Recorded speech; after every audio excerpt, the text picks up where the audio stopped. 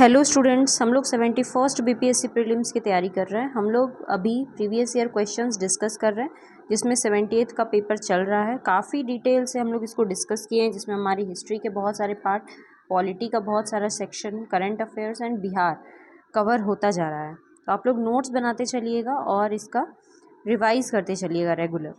चलिए वीडियो को स्टार्ट करते हैं। स्टार्ट करने से पहले मैं आपको अपने बारे में बता देती हूँ। मैंने अभी तक 3 बार बीपीएससी एग्ज़ाम को क्लियर किया है और अभी मैं असिस्टेंट कमिश्नर स्टेट टैक्स के पोस्ट पर हूँ। इसके पहले मैंने बीडीओ के पोस्ट पे भी काम किया है। तो देखिए 126 नंबर से आज हम लोग को करना है। 126 नंबर क्वेश्चन कहता है, when did Bihar state introduce the green budget for the first time. Bihar राज्य में ग्रीन बजट जो है पहली बार कब इंट्रोड्यूस किया गया था। तो देखिए ग्रीन बजट का मतलब क्या होता है। बिहार का बजट हम लोग पढ़ चुके हैं, 2025-26 का बजट जो है हम लोग डिस्कस कर लिया है। तो बजट जब इंट्रोड्यूस किया जाता है हर साल फरवरी में और बिहार में मार्च में, ऐसे हमारे इंडिया लेवल पे फेब में इसको इंट्रोड्यूस किया जाता है। तो जब बजट इंट्रोड्यूस किया जाता है तो उसमें कुछ पैसे जो है ना, क्लाइमेट चेंज आप लोग देख रहे हैं, जलवायु परिवर्तन हो रहा है, तो कुछ पैसे इन्वायरमेंट के लिए, जैसे एफॉरेस्टेशन करना है, ठीक है, वन वगैरह लगाना है, रिफॉरेस्टेशन, तो इन सभी चीज़ों के लिए बिहार जो है वो कुछ पैसा बजट में अलग करके रखता है। इसी को बोलते हैं हम लोग ग्रीन बजट। और ये पूरे इंडिया में बिहार पहला राज्य है जिसने ग्रीन बजट स्टार्ट किया था। ठीक है, तो कब स्टार्ट किया था वो क्वेश्चन जो है आपसे पूछा जा रहा है। यहाँ पे देखिए कब स्टार्ट किया था, 2020-21 में पहली बार 20-21 वाले जो बजट है उसमें इसको इंट्रोड्यूस किया गया था। The primary focus will be on dealing with the threat of climate change. Climate change का जो थ्रेट है उससे कैसे बचा जाए उस पर फोकस होता है। रिन्यूएबल एनर्जी को प्रमोट करने पे, कि सोलर एनर्जी, विंड एनर्जी, इसका हम लोग यूज करें। ठीक है, सोलर एनर्जी का यूज करें। हर जो छत है, सरकारी बिल्डिंग्स है, उसमें सोलर एनर्जी लगा का जो है सोलर पैनल्स लगाए जाएं। ठीक है, ये सब चीज़ पे फोकस है। इन्वायरमेंट के कंजर्वेशन पे फोकस रहता है, इसमें पैसा खर्च करना है। तो this will be the 5th green budget of the eastern state which was the first in the country to introduce a green budget in 2021। यानी कि पहला राज्य है बिहार जिसने इंट्रोड्यूस किया था, और 2025 में इसका 5वां हो गया, कि 2020 में पहला था। तो ठीक है, तो देखो 2025-26 में बिहार का ग्रीन बजट में इतना रुपया जो है अलग से रखा गया है, 15 करोड़ रुपया। ठीक है, 15,588 करोड़, 15 करोड़ नहीं है, 15,588 करोड़ रुपया जो है अलग से केवल ग्रीन बजट पे खर्च करने के लिए रखा गया, जो कि पिछले साल की तुलना में 12.77% ज़्यादा है। 2024-25 की तुलना में ये 12.77% ज़्यादा है। ठीक है, और ये टोटल जो हमारा स्टेट बजट है उसका 4.92% है। टोटल बजट मान ले 100% है, 100 रुपया है, तो उसमें से 4 रुपया, 4.92% जो है वो हम लोग खर्च कर रहे हैं, बिहार खर्च कर रहा है ग्रीन बजट के ऊपर। ठीक है, तो इसका आंसर था आपका 2021 ए, इसका आंसर था। नेक्स्ट है 127 नंबर। ये सब करेंट अफेयर्स से क्वेश्चन पूछा गया था। Manvi Madhu Kashyap recently become Bihar first transgender. Manvi Madhu Kashyap जो बिहार की पहली ट्रांसजेंडर, मतलब एसआई बनने वाली महिला, इसका आंसर है एसआई, पहली ट्रांसजेंडर एसआई बनी है। तो बिहार जो है ना, इसने स्टार्ट किया है, बिहार राज्य ने, कि हमारे यहाँ 3 लोगों को सब इंस्पेक्टर में, 3 ट्रांसजेंडर लोगों को सब इंस्पेक्टर भर्ती किया गया, जिसमें एक ट्रांस वुमन थी जो कि मानवी मधु कश्यप थी, और 2 ट्रांस मैन थे। Trans man, trans woman, transgender, ये क्या होता है। देखिए हम लोग जब जन्म लेते हैं, कोई भी बच्चा जब जन्म लेता है तो उसको डॉक्टर जो है वो उसको देख करके, बच्चे को देख करके बता देता है कि ये बच्चा मेल है या फिर फीमेल है। आप लोग टीवी में भी देखते होंगे, बाहर निकलते ही डॉक्टर कहता है कि आपको कॉन्ग्रेचुलेशन बेटा हुआ है या कॉन्ग्रेचुलेशन बेटी हुई है, यानी असाइन कर दिया जाता है। जो बच्चा जन्म लिया है उसको एक जेंडर असाइन कर दिया कि ये बच्चा फीमेल है या ये बच्चा मेल है। ठीक है, डॉक्टरों ने असाइन कर दिया। मगर जब वो बच्चा बड़ा होता है, मान लेते हैं कि कोई लड़का है, महेश है, वो उसको असाइन कर दिया गया। अब जब वो बड़ा हो रहा है धीरे धीरे, तो वो अपने आप में महसूस कर रहा है कि वो जो है उसको लड़कियों जैसी उसकी है, उसको लग रहा है कि मुझे मेकअप करना अच्छा लगता है या डांस करना चाहिए, इस तरह से, मतलब कुछ उसका एक अलग लड़कियों वाला फीचर्स जो है वो उसमें आ रहा है। ठीक है, वो ऐसा महसूस करता है। शरीर से वो मेल है, ठीक है, बाहर से देखने में सब कुछ में वो मेल है, मगर मन से अंदर से वो अपने आप को समझ रहा है कि नहीं मैं फीमेल हूँ। तो इसी को ट्रांसजेंडर बोलते हैं। ऐसे जो लोग होते हैं इनको ट्रांसजेंडर कहा जाता है, कि जिनकी आइडेंटिटी जो है वो मैच नहीं करती है जो उनको असाइन किया गया है। जन्म के समय डॉक्टरों ने जो असाइन किया है उससे उनकी आइडेंटिटी असल मायने में मैच नहीं कर रही है। ज़्यादातर लोगों की तो मैच कर जाती है, जैसे उनको कह दिया गया कि तुम लड़की हो तो वो ठीक है, वो मानते हैं वो लड़की है और हर चीज़ वैसे ही करते हैं। लड़के हैं तो वो भी वैसे ही रहते हैं। पर ऐसे कुछ लोग होते हैं जो ट्रांसजेंडर या थर्ड जेंडर, जो आइडेंटिटी जिनकी मैच नहीं होती है, ठीक है, इसी को ट्रांसजेंडर कहा जाता है। तो देखिए, पहली बार इंडिया में क्या हुआ था, for the first time in India, Manvi Madhu Kashyap, a resident of small village in Bhagalpur, ठीक है, कहाँ की रहने वाली है, भागलपुर की। हो सकता है अगला बार अगर क्वेश्चन इन पे दोबारा से बने तो ये याद रखना है, भागलपुर की, has became the countries first, देश की पहली ट्रांसजेंडर सब इंस्पेक्टर बन गई हैं। एडिशनली बिहार पुलिस में 3 ट्रांसजेंडर लोगों को अपॉइंट किया गया था एसआई में, सब इंस्पेक्टर में, जिसमें से 2 ट्रांस मैन थे और 1 ट्रांस वुमेन थी। यानी मानवी मधु कश्यप, देखिए पहले ये मेल होगी, इनको क्या असाइन किया गया था, मेल, मगर ये क्या बन गई, वुमेन बन गई, मेन से विमेन बन गई, ठीक है, विमेन। तो इसीलिए इनको कहा गया है ट्रांस वुमेन, क्योंकि ये वो जो नेचुरल वुमेन है वो है नहीं, ये ऑपरेशन के माध्यम से ये वुमेन बन गई हैं, इसीलिए इनको कहेंगे ट्रांस वुमेन। उसी तरह से ट्रांस मैन, यानी ऐसे लोग जो जन्म से फीमेल होते हैं मगर उनको लगता है कि नहीं हम मेल हैं, तो वो अपने आप को चेंज करा के ट्रांस मैन बन जाते हैं, ठीक है। थोड़ा सा ट्रांसजेंडर के जो लोग हैं उनके बारे में जान लीजिए, थर्ड जेंडर के बारे में। तो इंडिया का जो टोटल पॉपुलेशन है उसमें 4,88,00,000 जो है 2011 के सेंसस के अनुसार इतने ट्रांसजेंडर थे, 4.88 लाख ट्रांसजेंडर, ठीक है। टॉप 3 स्टेट जहाँ ट्रांसजेंडर की पॉपुलेशन ज़्यादा है वो है यूपी, आंध्र प्रदेश और महाराष्ट्र, जहाँ पे ट्रांसजेंडरों की जनसंख्या सबसे अधिक है। पहला है यूपी, देन है आंध्र प्रदेश, देन है महाराष्ट्र, यूपी आंध्र प्रदेश फिर महाराष्ट्र, ठीक है। इनके लिए क्या क्या लाया गया है ट्रांसजेंडर्स के लिए, तो इलेक्शन कमीशन का डायरेक्टिव 2009, मतलब कि जो वोटर कार्ड बनता है तो उसमें पहले सिर्फ मेल फीमेल होता था, फिर इलेक्शन कमीशन का है कि नहीं उसमें एक अदर का ऑप्शन होना चाहिए। अदर का ऑप्शन यानी किसके लिए है, ट्रांससेक्सुअल इंडिविजुअल्स के लिए। सुप्रीम कोर्ट ने भी 2014 में रूलिंग दिया, जो NALSA act versus union of India 2014 case था, सुप्रीम कोर्ट ने इनको थर्ड जेंडर के रूप में डेजिग्नेट किया कि थर्ड जेंडर है, और ये जो इनका ह्यूमन राइट जो है उसको देखा जाएगा, मानव का जो भी अधिकार है वो इनको भी मिलेगा, ये सब, ठीक है। इनके लिए जो मेन एक्ट आया, legislative act transgender person protection of right act 2019, transgender लोगों के अधिकारों की संरक्षण का अधिनियम है, 2019 में आया था, ट्रांसजेंडर लोगों के अधिकारों के संरक्षण के लिए, ठीक है। ट्रांसजेंडर होता क्या है, तो आपको बता ही दिए कि ट्रांसजेंडर व्यक्ति वो होते हैं जिनका जेंडर मैच नहीं करता है, जो जेंडर उनको जन्म के समय असाइन किया गया उस चीज़ से मैच नहीं करता है। It clarifies terms like person with intersex variation, यानी कि ऐसे व्यक्ति जिनका इंटरसेक्स वेरिएशन है, माने उनको लगता है कि वो सही जेंडर उनको नहीं दिया गया है, ठीक है, तो वो चेंज करवा सकते हैं। फिर नॉन डिस्क्रिमिनेशन, हमारे यहाँ पे संविधान के अनुसार कोई भी डिस्क्रिमिनेशन नहीं किया जाता है। प्रोहिबिट डिस्क्रिमिनेशन, एजुकेशन में, एम्प्लॉयमेंट में, हेल्थ केयर में, पब्लिक फैसिलिटीज़ में कहीं भी कोई डिस्क्रिमिनेशन नहीं करना है, उनके साथ में कोई भेदभाव नहीं करना है। उनको एक सर्टिफिकेट ऑफ आइडेंटिटी उनके पास होना चाहिए, ठीक है। वो सेल्फ परसीव्ड जेंडर आइडेंटिटी, जैसे होता है ना आधार कार्ड होता है, उसी तरह से उनके पास अपना एक कार्ड रहेगा, आइडेंटिटी कार्ड। मेडिकल केयर की सुविधा उनको दी जाती है।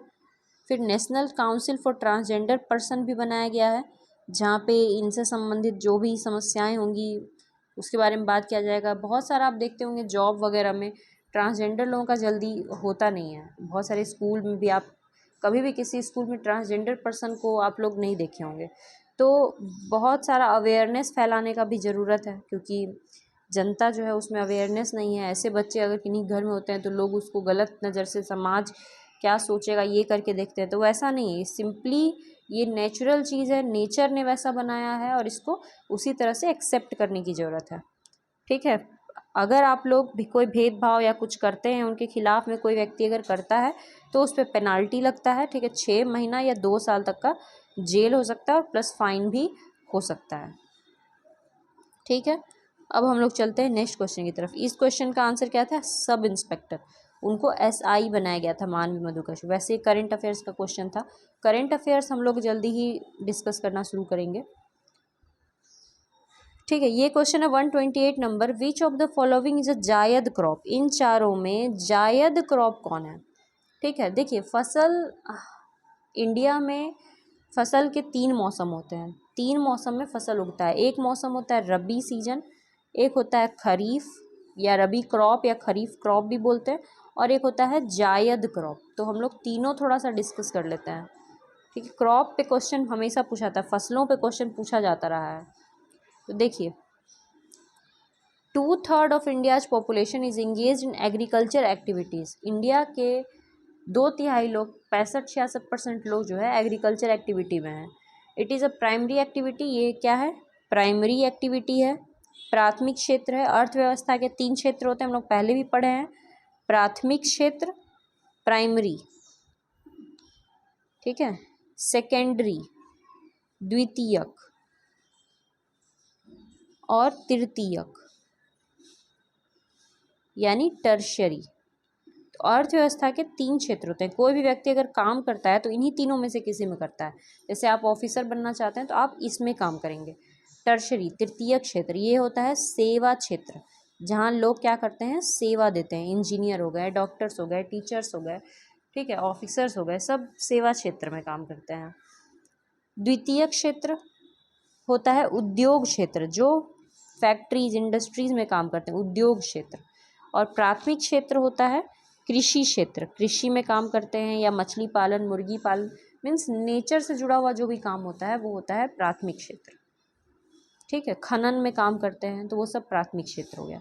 तो एग्रीकल्चर भी क्या है? प्राइमरी एक्टिविटी है। ठीक है, मेजर जो क्रॉप्स है हमारे देश में 2 तरह के होते हैं, एक तो फूड क्रॉप और दूसरा कैश क्रॉप। एक फूड क्रॉप होता है, खाद्य फसल होता है, और दूसरा कैश क्रॉप, नकदी फसल होता है। नकदी फसल माने ऐसा फसल जिसको बेचने के मकसद से उगाया जाता है, खाने के मकसद से नहीं उगाया जाता है। जैसे कि गन्ना, या फिर सूरजमुखी उगाया जाता है तेल के लिए, या सरसों उगाया जाता है, या चाय, कॉफ़ी, रबड़, कॉटन, जूट, है ना, ये सब नकदी फसल है। और फूड क्रॉप होता है जो आपका खाद्य फसल है, जैसे राइस, व्हीट, ठीक है, गेहूँ, धान, मक्का, दाल, ये सब हो गया आपको खाद्य फसल। ठीक है, ये देखिए क्रॉपिंग सीजन, हमारे देश में क्रॉपिंग सीजन कितना है? तो मुख्य रूप से 3 सीजन है, जैसा कि अभी बताए। पहला सीजन है रबी सीजन। रबी सीजन जो है ठंडा के मौसम को बोलते हैं। जब ठंड के मौसम में जो भी फसलें उगाई जाती है उसको रबी फसल कहा जाता है। और रबी में जो बीज बोया जाता है वो कब बोया जाता है? अक्टूबर में। ठीक है, अक्टूबर दिसंबर के आसपास, ठंड के आसपास इसको बोते हैं, और फिर जब ठंड खत्म होने लगती है मार्च अप्रैल में इसको काट देते हैं। जैसे कि मुख्य रूप से गेहूँ, वीट जो है वो एक रबी फसल है। वीट हो गया, बार्ले, पीज, मटर, ग्राम, चना, मस्टर्ड माने सरसों, ये सब रबी की फसल है। ये सब ठंड में उगाया जाता है। ठीक है, इसको याद कर लेना है। रबी की फसल कब उगाया जाता है? ठंड में उगाया जाता है, और ये सब रबी की फसल है। वीट, बार्ले, पीज, ग्राम, मस्टर्ड, ठीक है, मटर, चना, ये सब।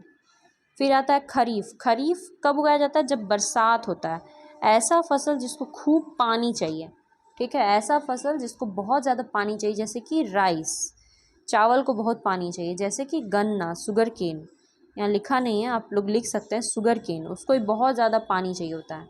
ठीक है, मकई को भी बहुत पानी चाहिए होता है। तो बरसात में जो फसल उगाया जाता है उसको बोलते हैं खरीफ क्रॉप। धान का फसल आप लोग देखे होंगे, पूरा कीचड़ में जो लोग होते हैं वो कीचड़ में घुस करके और धान को बोते हैं। कब? जून जुलाई के आसपास बोते हैं, और फिर सितंबर अक्टूबर में काट देते हैं। फिर इसको काटने के बाद, खरीफ काटने के बाद फिर रबी लगाते हैं। तो खरीफ आपका हो गया बरसात के टाइम में। कौन कौन है ये सब याद कर लीजिए। राइस हो गया, मक्का हो गया, ज्वार, बाजरा, तूर दाल हो गया, तूर, मूंग, उड़द, ये सब दाल। ठीक है। ठंडा में तो केवल 2 ही तो दाल है, कौन कौन सा है, पीज और ग्राम है ना। ठंड में 2 ही दाल है, पीज और ग्राम, मटर और चना।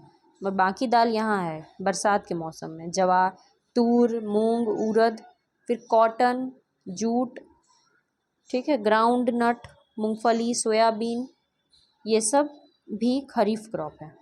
इसके बाद आता है जायद क्रॉप। जायद क्रॉप गर्मी का फसल है। जैसे देखो ठंड खत्म हुआ मार्च के आसपास, मार्च में ख़त्म हो गया, अब मार्च के बाद क्या आता है, गर्मी आता है। मार्च के बाद अप्रैल, मई, जून, फिर जून जुलाई में जब बारिश होएगी तब धान उगाएंगे। तो बीच में 3 महीना है आपके पास। तो जो 3 महीना का समय होता है उसमें मुख्य रूप से जायद फसल उगाते हैं गर्मी में। जैसे आपको वाटरमेलन हो गया, आप लोग देखे होंगे गर्मी जब पड़ती है तो क्या मिलता है, तरबूज, खरबूज, खीरा, ककड़ी, ये है जायद फसल। ठीक है, जायद फसल ऐसी फसलें जो गर्मी में उगाई जाती हैं, जिसमें बहुत ज़्यादा पानी होता है, गर्मी में इम्पॉर्टेंट फसल है ये। तो इसको मार्च के आसपास उगा देंगे, जुलाई के आसपास काट लेंगे। ठीक है, रबी और खरीफ के बीच में उगाया जाता है। और इसमें सीजनल फ्रूट्स आते हैं, वेजिटेबल आता है, और फोडर क्रॉप, फोडर क्रॉप माने जो गाय भैंस को खिलाते हैं वो सब क्रॉप भी इसमें आता है। ठीक है, सीजनल फ्रूट, वेजिटेबल और फोडर क्रॉप्स। तो ये हो गया क्रॉप, फसलें। थोड़ा सा राइस के बारे में जान लीजिए, ये सब इम्पॉर्टेंट है, एग्जाम में पूछेगा। मेजर राइस प्रोड्यूसिंग स्टेट, मुख्य रूप से राइस कहाँ का होता है, देख लो ऐसे इंडिया का इस तरह से नक्शा जो बनाओगे इसमें राइस हो रहा है। ये नक्शा क्या है, तो यहाँ है Punjab, Haryana, UP, Bihar. North east में आपको हो गया सिर्फ आसाम। फिर बंगाल में तो लोग खाते ही हैं मछली भात, तो वहाँ का भी चावल जो है वो सब वहाँ भी बहुत ज़्यादा उगता है। छत्तीसगढ़, उड़ीसा, आंध्र प्रदेश, तमिलनाडु, ईस्ट कोस्ट में। कौन सा कोस्ट है ये, ईस्ट कोस्ट। ठीक है, आंध्र प्रदेश को तो कहते भी हैं धान का कटोरा। चावल को उगाने के लिए टेम्परेचर कैसा चाहिए, 22 से 32 degree Celsius with high humidity, माने गर्मी और बरसात दोनों चाहिए होता है। बारिश 150 से 300 सेंटीमीटर। मिट्टी कैसा चाहिए, तो क्लेई और लोमी, मतलब ऐसा मिट्टी जिसमें कीचड़ कीचड़ टाइप का मिट्टी, clayey soil. Top rice producing, सबसे ज़्यादा राइस कहाँ होता है, वेस्ट बंगाल। मछली भात वहीं पे खाते हैं ना लोग, सबसे ज़्यादा चावल होता है इसीलिए लोग चावल खाते हैं। तो ये दर्शाता है कि मतलब कहीं किसी जगह का कल्चर जो है वो वहाँ के एग्रीकल्चर पे डिपेंड करता है।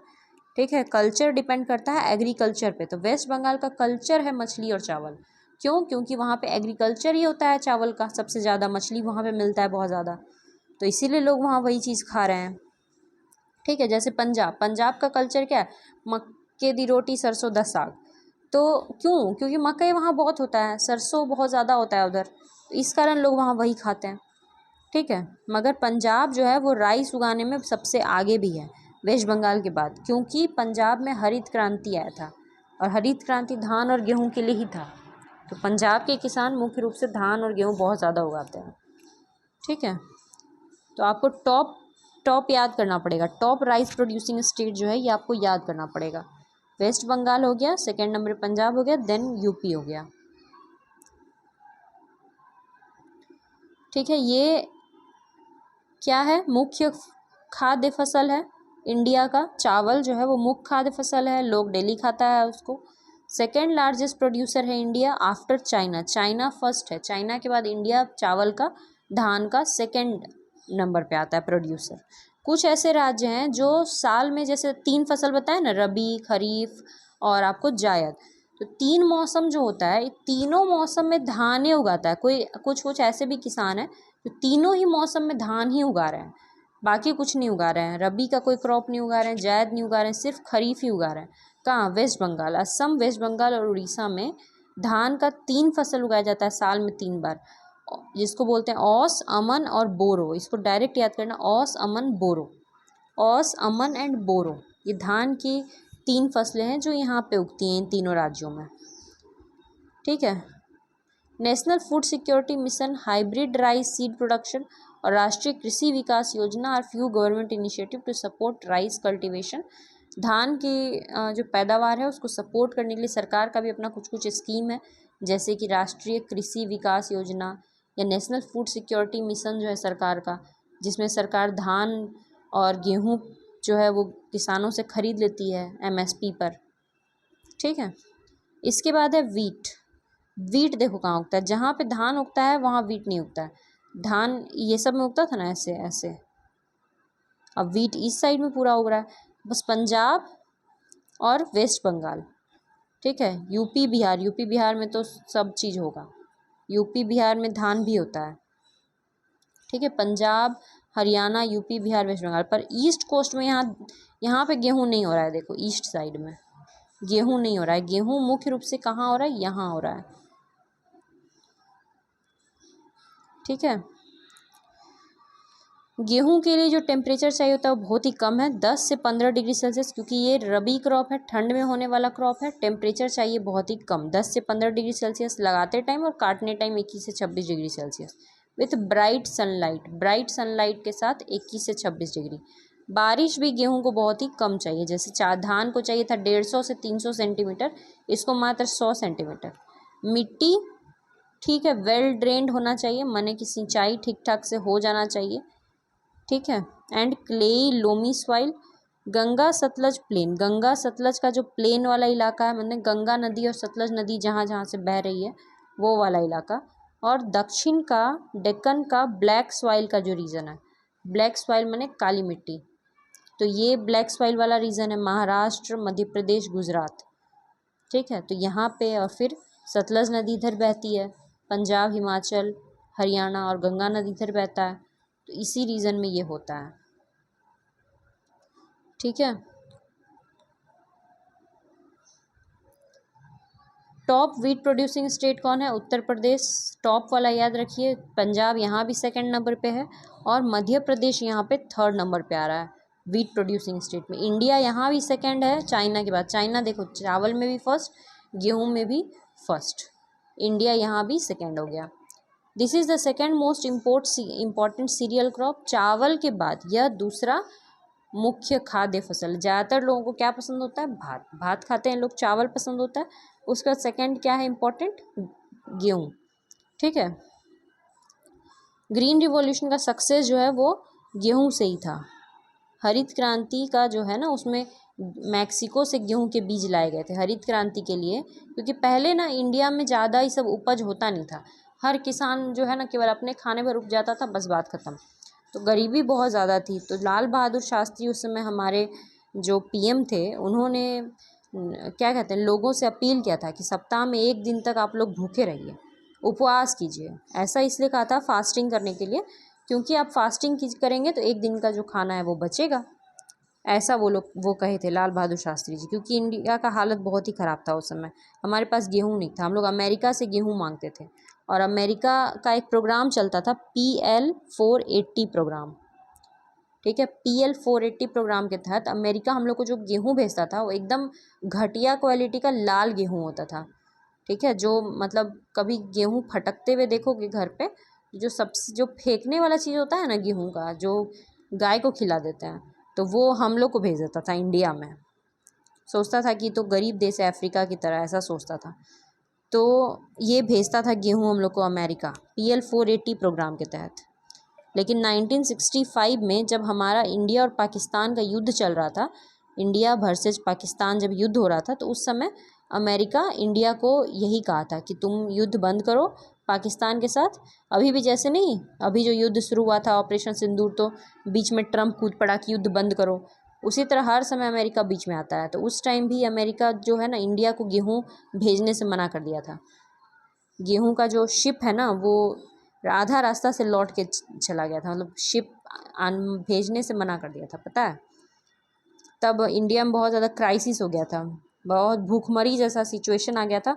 तब लाल बहादुर शास्त्री जी जो है वो ये नारा दिए थे कि जय जवान जय किसान, कि युद्ध हो रहा है वहाँ पे जय जवान, और देश में जय किसान, देश के अंदर। और सभी लोगों को कहते कि 1 दिन का फास्टिंग रखिए आप लोग। फिर क्या हुआ, फिर हम लोग जो है फोकस किए किस चीज़ पे, हरित क्रांति पे, ग्रीन रिवॉल्यूशन, हरित क्रांति।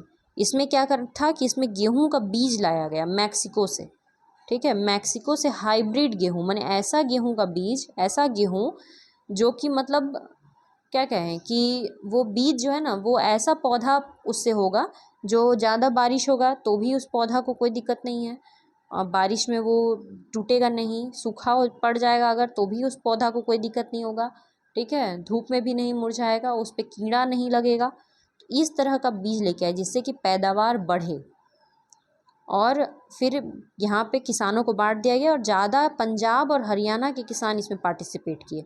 वो लोग अपने खेतों में वो जो बीज लाया गया था लैब में बना करके, उस बीज का वो लोग अपने खेतों में यूज किए और फिर वहाँ बहुत ही अच्छा पैदावार हुआ। और धीरे धीरे इंडिया जो है वो दूसरा देश से मांगने की बजाय अब तो हम लोग दूसरा देश को भेजते हैं, है ना। पहले सेल्फ रिलायंट हुए, किसी से मांगने की ज़रूरत नहीं पड़ी, और अब हम लोग दूसरा देश में अनाज भेजते हैं, बांग्लादेश और ये सब में, समझे। अब हमारे पास बहुत ज़्यादा अनाज है। तो ये सब ग्रीन रिवॉल्यूशन के कारण हुआ और ये मुख्य रूप से वीट पे ही हुआ था, गेहूं पे।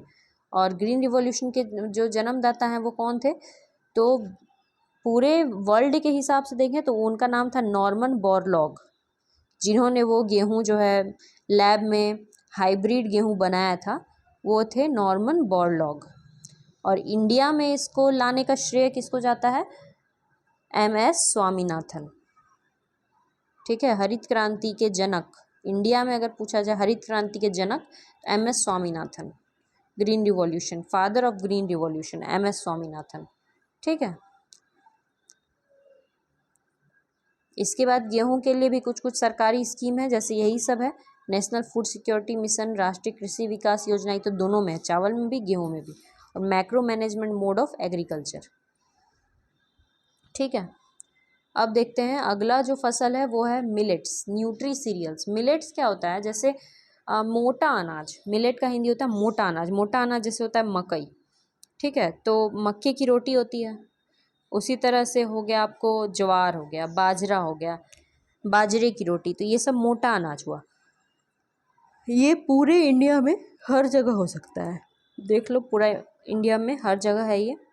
टेम्परेचर इसको चाहिए होता है 27 से 32 डिग्री। बारिश कम भी चलेगा, ज़्यादा भी चलेगा, कैसा ही बारिश चलता है, मोटे अनाज के लिए कोई दिक्कत नहीं है। नाम है उसका मोटा अनाज, जैसे बोलते हैं ना कि किसी का मोटा कपड़ा, मोटा कपड़ा, मोटा चमड़ा, जिसको कोई फ़र्क नहीं पड़ता है किसी चीज़ से। किसी को मच्छर काटते रहता है, तो कुछ लोग ऐसे होते हैं जिनको मच्छर काटने से भी कोई फ़र्क नहीं पड़ता है, तो हम लोग कहते हैं कि मोटी चमड़ी वाले लोग हैं, है ना। तो उसी प्रकार से मोटा अनाज ऐसा अनाज है जिसको न बारिश से कोई फ़र्क पड़ता है, न धूल से कोई फर्क, मतलब उसको कोई मतलब नहीं है कि अगर बाढ़ भी आ जाए तो पौधा खड़ा का खड़ा रहेगा, गिरेगा नहीं, और सूखा भी पड़ जाए तो भी पौधा मुरझाएगा नहीं। मोटे अनाज में ये खासियत होता है। और वो इतना ज़्यादा, मतलब कि उसको न्यूट्री सीरियल्स बोलते हैं, न्यूट्री सीरियल्स, तो न्यूट्री वर्ड आया है न्यूट्रिशन से, इतना पोषक तत्व से भरपूर होता है ये सब, मक्का, ज्वार, बाजरा, ये सब बहुत ज़्यादा उसमें पोषक तत्व होता है, ठीक है। मिट्टी कैसा भी चलेगा, कोई जरूरी नहीं है खाद पानी देने का, तो कैसा भी इन्फीरियर मिट्टी भी होगा ना, सुपीरियर मिट्टी की ज़रूरत नहीं है, इन्फीरियर मिट्टी में भी चलेगा, ठीक है, क्योंकि ये बहुत ही लेस सेंसिटिव होते हैं। इनको कोई मतलब ऐसा नहीं है कि बहुत सेंसिटिव पौधा है, बहुत बचा उचा के रखना होगा, इस तरह की बातें नहीं है। जैसे देखो jowar, rainfed crop grown in the moist areas with less और नो इरीगेशन, ठीक है। ज्वार ऐसे तो रेनफेड क्रॉप है, मतलब बारिश चाहिए, मगर ये ऐसा एरिया में भी ग्रो कर जाएगा जहाँ आप इसको बिल्कुल भी पानी नहीं दीजिए तब वो हो जाएगा, ठीक है, ज्वार। उसके बाद है bajra, sandy soil and shallow black soil में होता है बाजरा। रागी, ये भी ड्राई रीजन में, सूखा हुआ इलाकों में भी हो जाता है। Top millets, top millet producing state कौन है, राजस्थान। मिलेट के प्रोडक्शन में सबसे आगे है राजस्थान, मोटे अनाज के प्रोडक्शन में, देन कर्नाटका, देन महाराष्ट्र। ज्वार में महाराष्ट्र, बाजरा में राजस्थान, ओवरऑल राजस्थान, ठीक है।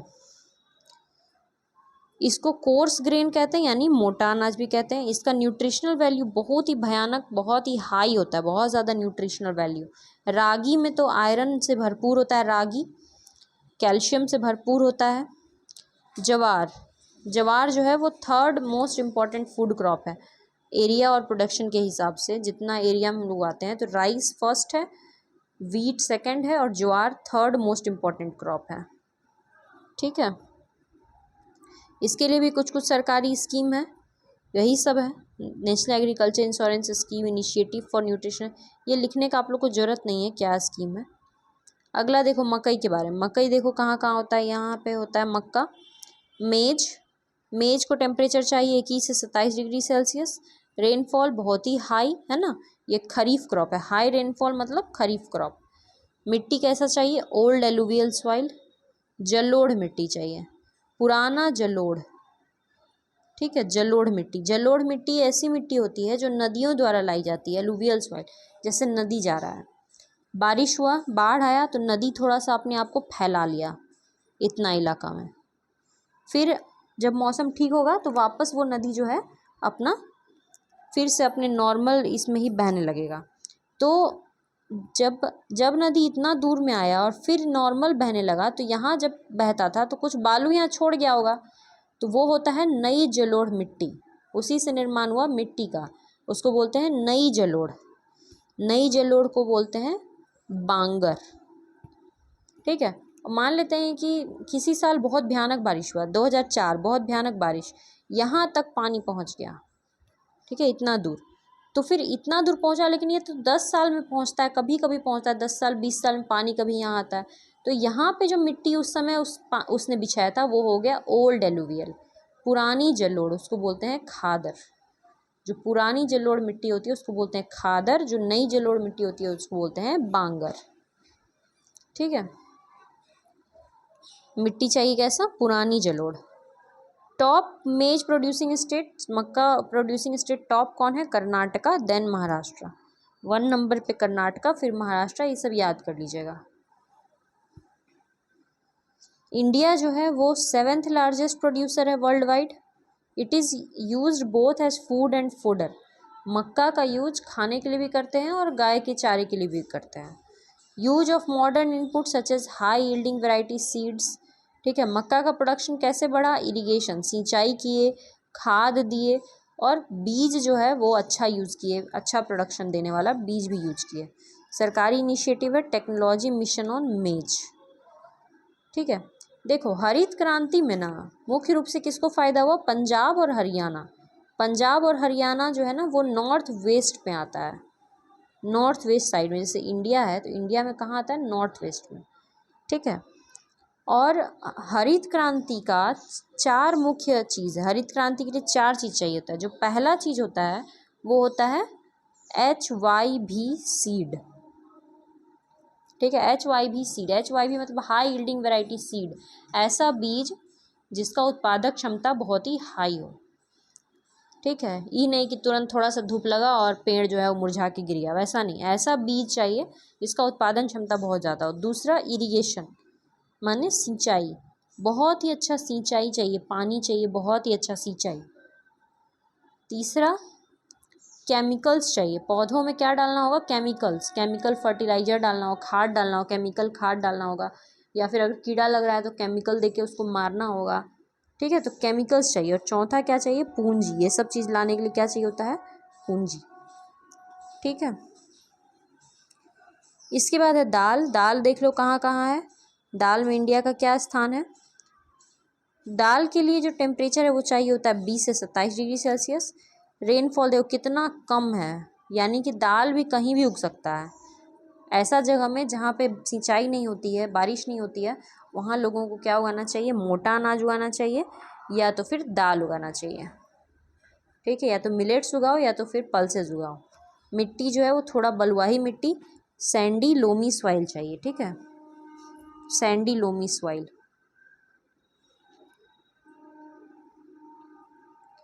टॉप पल्सेस दाल सबसे ज़्यादा कहाँ उगता है, मध्य प्रदेश में, और फिर सेकंड नंबर पे राजस्थान दाल के मामले में। इंडिया दाल का लार्जेस्ट प्रोड्यूसर है, फिर भी हम लोग बहुत ज़्यादा इंपोर्ट करते हैं। हम लोग दाल का सबसे ज़्यादा प्रोड्यूस करते हैं, सबसे ज़्यादा कंज्यूम भी करते हैं, पूरा वर्ल्ड में डेली दाल खाते हैं, लेकिन इंपोर्ट भी बहुत अधिक करते हैं क्योंकि पूर्ति नहीं हो पाता है, जितना प्रोड्यूस करते हैं उससे पूर्ति नहीं होता है, बहुत ज़्यादा हम लोग को दूसरे देशों से इंपोर्ट करना पड़ता है, आयात करना पड़ता है। दाल जो है वो वेजिटेरियन लोगों के लिए मेजर सोर्स ऑफ प्रोटीन है ना, जो वेजिटेरियन है उनके लिए, और इंडिया में ये सब दाल उगाया जाता है, पता ही है आपको। दाल क्या है, एक लेग्यूमिनस क्रॉप है। लेग्यूमिनस क्रॉप माने ऐसा फसल है जो फसल मिट्टी में नाइट्रोजन फिक्सिंग करने में मदद करता है। नाइट्रोजन फिक्सिंग क्या होता है, देखिए कि पेड़ को नाइट्रोजन चाहिए, पेड़ को भी बहुत तरह का चीज़ चाहिए होता है, मिनरल चाहिए होता है, पेड़ को नाइट्रोजन चाहिए। नाइट्रोजन का हवा में है, हम लोग जानते ही हैं कि हवा में 71% नाइट्रोजन है, मगर वो नाइट्रोजन हवा से पेड़ जो है ना वो डायरेक्ट नहीं ले पाता है। पेड़ कब लेगा, जब ये नाइट्रोजन जो है जो हवा में है वो जब मिट्टी में मिलता है और मिट्टी में जा करके फिर पानी में घुल जाता है और फिर उसको पेड़ जो है वो पानी के माध्यम से खींच लेता है पानी के साथ, समझे। तो नाइट्रोजन जब मिट्टी में जाके पानी में मिल जाता है तो उसको हम लोग बोलते हैं नाइट्रोजन फिक्सेशन। नाइट्रोजन फिक्सेशन तो अपने मन से तो नहीं ना मिल जाएगा, उसके लिए कुछ बैक्टीरियाज होते हैं मिट्टी में जो नाइट्रोजन का फिक्सेशन करते हैं, ठीक है। बैक्टीरिया का नाम जैसे एनाबेना बैक्टीरिया, एक एनाबेना, ठीक है। उसी तरह से ये फसल है, जो दाल है ना, दाल का जो जड़ है उसमें भी एक बैक्टीरिया होता है, उसको बोलते हैं राइजोबियम बैक्टीरिया। राइजोबियम बैक्टीरिया ये भी नाइट्रोजन फिक्सेशन करता है। और दाल के जड़ों को क्या बोलते हैं, लेगुमिनस क्रॉप। दाल एक लेगुमिनस क्रॉप है, लेगुमिनस। लेगुमिनस क्रॉप माने सीधा मतलब है ऐसा फसल जो जिसमें राइजोबियम बैक्टीरिया होगा जो नाइट्रोजन फिक्सेशन करेगा, समझ गए। इसीलिए दाल उगाना बहुत ज़रूरी है। जब खेतों में दाल उगता है तो मिट्टी बहुत ज़्यादा उर्वरक हो जाता है। जैसे मान लो चावल उगाए, खरीफ क्रॉप, चावल के बाद क्या किए, धान उगाए बरसात में, धान, फिर धान के बाद बरसात के बाद ठंडी आ गई तो उगा दिए गेहूँ, ठीक है। तो मिट्टी जो है उसका तो वो ख़त्म होते जा रहा है ना, उर्वरक क्षमता तो ख़त्म होते जा रहा है। तब गेहूँ के बाद क्या उगा देंगे उसमें, मटर उगा दिए, चाहे मूंग उगा दिए, चाहे सूरजमुखी, मतलब कुछ भी दलहन फसल अगर उगा देंगे, दाल वाली फसल अगर उगा देंगे तो मिट्टी वापस से रिप्लेनिश हो जाएगा, वापस अच्छा हो जाएगा, समझ गए। तो यही होता है दाल उगाने से। दाल जो है ना वो मिट्टी को बहुत बढ़िया कर देता है। और सरकार का क्या स्कीम है, तो वही सब स्कीम है, national food security mission for pulses, pulses development scheme and technological mission on pulses. अब हम लोग चलते हैं नेक्स्ट क्वेश्चन की तरफ। ये वाला जो क्वेश्चन था आपका कि जायद क्रॉप इसमें से कौन है, तो इसमें से जायद कौन है, फोडर। फोडर जो है वो जायद है, जबकि चना, मस्टर्ड, चना और मस्टर्ड ये दोनों क्या है, रबी है, ये दोनों ठंड में होता है। और कॉटन जो है ये गर्मी में होता है, ये खरीफ क्रॉप, गर्मी और बरसात में। जो फोडर है माने चारा है, ये क्या है, जायद क्रॉप है, ठीक है। अब चलते हैं नेक्स्ट क्वेश्चन की तरफ। नेक्स्ट क्वेश्चन आपका 129 नंबर यहाँ पे है, ये भी करंट अफेयर क्वेश्चन है। श्रेयसी सिंह जो कि एक एमएलए हैं, ये पेरिस ओलंपिक 2024 में शूटिंग प्रतियोगिता में भाग ली थी। शूटिंग माने वही गोली चलाने वाला जो प्रतियोगिता, निशानेबाजी, उसमें वो भाग ली थी। और वो बिहार में क्या है, वो एमएलए है श्रेयसी सिंह। तो वो किस कॉन्स्टिट्यूएंसी से एमएलए, यही क्वेश्चन पूछा गया, कहाँ की एमएलए है। तो वो जो है ना जमुई से खड़ी होती हैं, जमुई, ठीक है। श्रेयसी सिंह जो है ना वो जमुई से एमएलए हैं। देखिए, Shreyasi Singh born in 29 August 1991 is an Indian shooter and politician. Shooter भी है, मन निशानेबाज और politician. She competes in the double trap event. She won a gold medal in the shooting at the 2018 Commonwealth games. 2018 के Commonwealth games जो कि Australia में हुआ था, उसमें वो गोल्ड मेडल जीती थी। और फिर 2014 में कॉमनवेल्थ गेम हुआ था ग्लासगो में, वहाँ पे वो सिल्वर मेडल जीती थी। 2020 में वो बीजेपी को ज्वाइन की थी, ठीक है, वो बीजेपी से हैं और वो जमुई कॉन्स्टिट्यूएंसी से आती हैं, बीजेपी से हैं, ठीक है, याद रखिएगा।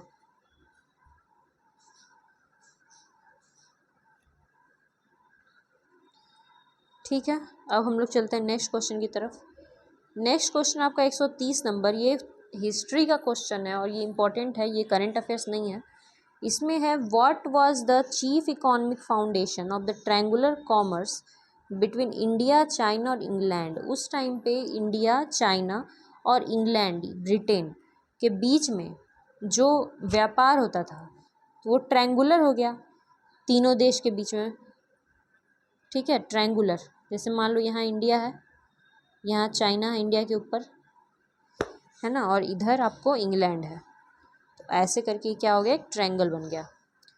तो ये जो व्यापार होता था तीनों देश के बीच में, इसमें सबसे मुख्य रूप से किस चीज़ का व्यापार होता था, ऑप्शन में है आपका सिल्क का व्यापार होता था, क्योंकि चाइना में सिल्क बहुत ज़्यादा है। ओपियम माने अफीम का व्यापार होता था। ब्लैक पेपर माने काली मिर्च गोलकी का व्यापार होता, मतलब मसाला का होता था कि अफीम का होता था कि सिल्क का होता था, यही क्वेश्चन पूछा गया है। देखिए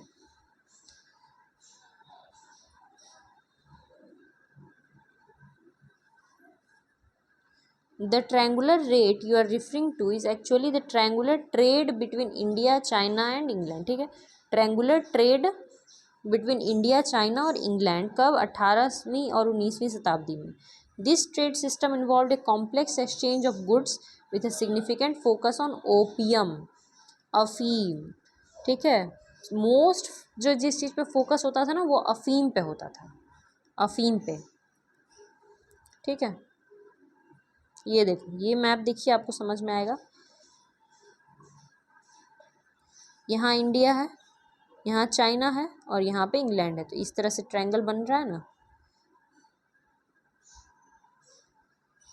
ठीक है, इंडिया से चाइना और फिर चाइना से ब्रिटेन, फिर ब्रिटेन से इंडिया। देखो क्या होता था, अफीम कहाँ उगाया जाता था, अफीम भारत में उगाया जाता था, अफीम की खेती की जाती थी। अफीम जो है ना वो एक प्रकार का नशा होता है, तो अफीम भारत में उगाया, फिर यहाँ से ले करके चाइना गया, चाइना में बेच दिया अफीम को ले जाके, और मतलब नशा जो है वो चाइना में बेच दिया। और चाइना का जो सामान सब है उसका बहुत ब्रिटेन में डिमांड था।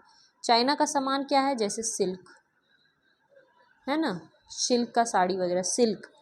इसके बाद चाइना में और क्या मिलता है, चीनी मिट्टी, बोलते हैं चीनी मिट्टी का जो बर्तन सब होता है, चीनी मिट्टी का जो बर्तन होता है, कप प्लेट वो सब, तो वो।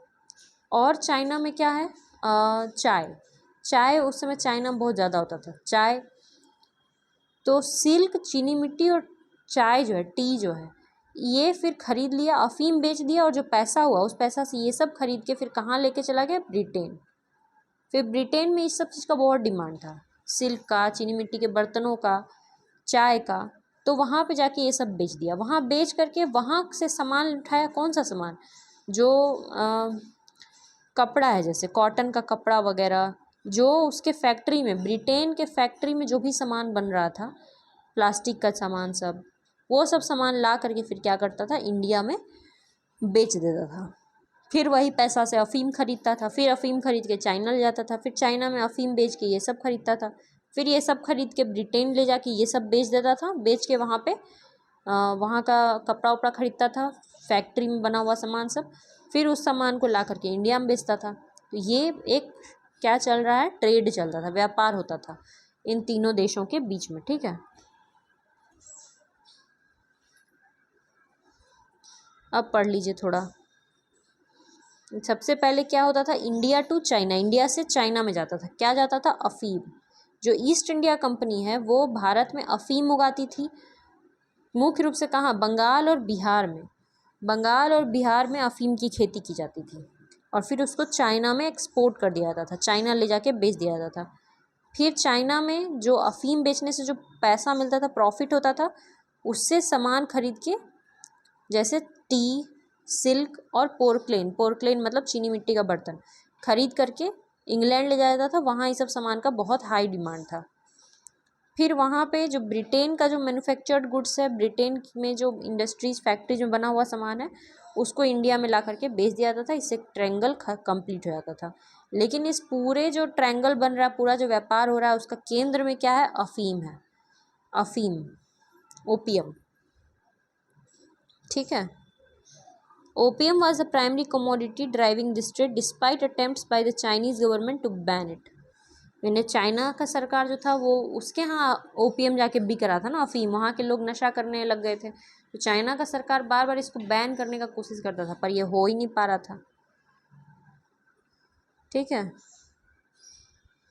और इस पूरे सिस्टम में सबसे ज़्यादा फ़ायदा किसको हो रहा था, ब्रिटेन को। इंडिया और चाइना, इंडिया को तो कोई फ़ायदा हो ही नहीं रहा था, यहाँ तो अफीम उग रहा था, जो खाने का चीज़ है वो उग ही नहीं रहा था, अकाल पड़ जा रहा था इस कारण से। तो इंडिया को कोई फ़ायदा नहीं है, चाइना को भी कोई फ़ायदा नहीं है, वहाँ पे नशा लोग करने लग रहे थे, क्योंकि वहाँ पे ओपीएम बिक रहा था, जो इंडिया में उग रहा था वहाँ जाके बिक रहा था। वहाँ के लोग नशा करने लगे थे, उसको भी कोई फ़ायदा नहीं था। सबसे ज़्यादा फ़ायदा इस जो त्रिकोणीय व्यापार है, इस त्रिकोणीय व्यापार में सबसे ज़्यादा फ़ायदा जिसको हुआ था वो था ब्रिटेन को। ठीक है, नेक्स्ट है economic consequences. The trade led to significant economic and social consequence including opium war between Britain और चाइना। ब्रिटेन और चाइना के बीच में ओपियम वॉर छिड़ गया था, अफीम युद्ध। ठीक है, ओपियम वॉर।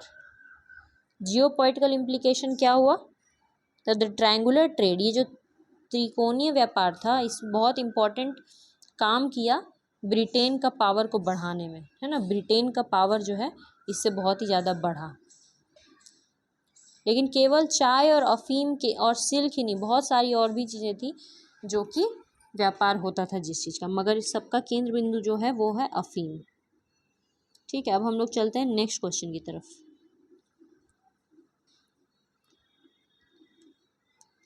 नेक्स्ट क्वेश्चन है आपका 131 number. Which of the following is full form of PCRA। PCRA का फुल फॉर्म क्या है? ठीक है, तो PCRA का आपको एग्ज़ाम में पता हो सकता है या नहीं पता हो सकता है। इसका तो कुछ वो है नहीं कि किसी भी चीज़ का पूछ देगा अगर फुल फॉर्म, तो पता हो सकता है या नहीं हो सकता है ना। तो इसका फुल फॉर्म है petroleum conservation research association. Petroleum के कंजर्वेशन और रिसर्च के लिए एक एसोसिएशन बनाया गया है। तो पेट्रोलियम में आता है क्या, जो क्रूड ऑयल है, जो आप लोग पेट्रोल डीजल वगैरह यूज करते हैं ना, इसके कंजर्वेशन की ज़रूरत है, संरक्षण की ज़रूरत है। देखो PCRA, it is government backed organisation, सरकारी ऑर्गेनाइजेशन है। इस्टेब्लिश हुआ था 1978 में। क्या प्रमोट करने के लिए, एनर्जी एफिशिएंसी, है ना, कि हम लोग पेट्रोल का, क्रूड ऑयल का यूज ना करें एनर्जी एफिशिएंसी के लिए, बल्कि हम लोग सोलर, विंड, ये सब का यूज़ करें, हाइड्रो पावर का यूज़ करें। और पेट्रोलियम के प्रोडक्ट का क्या करना चाहिए, कंजर्वेशन, संरक्षण करना चाहिए। इंडिया का डिपेंडेंसी तेल पर कम करना चाहिए, तेल का यूज़ हम लोग कम से कम करें, इलेक्ट्रिक व्हीकल का यूज करें, है ना, डिजिटल व्हीकल की जगह पे। इससे हमारा जो है पैसा भी बचाए और इन्वायरमेंट भी बचेगा, दोनों चीज़ बचेगा, पैसा ही बचेगा और वातावरण भी बचेगा। ठीक है, यही है PCRA।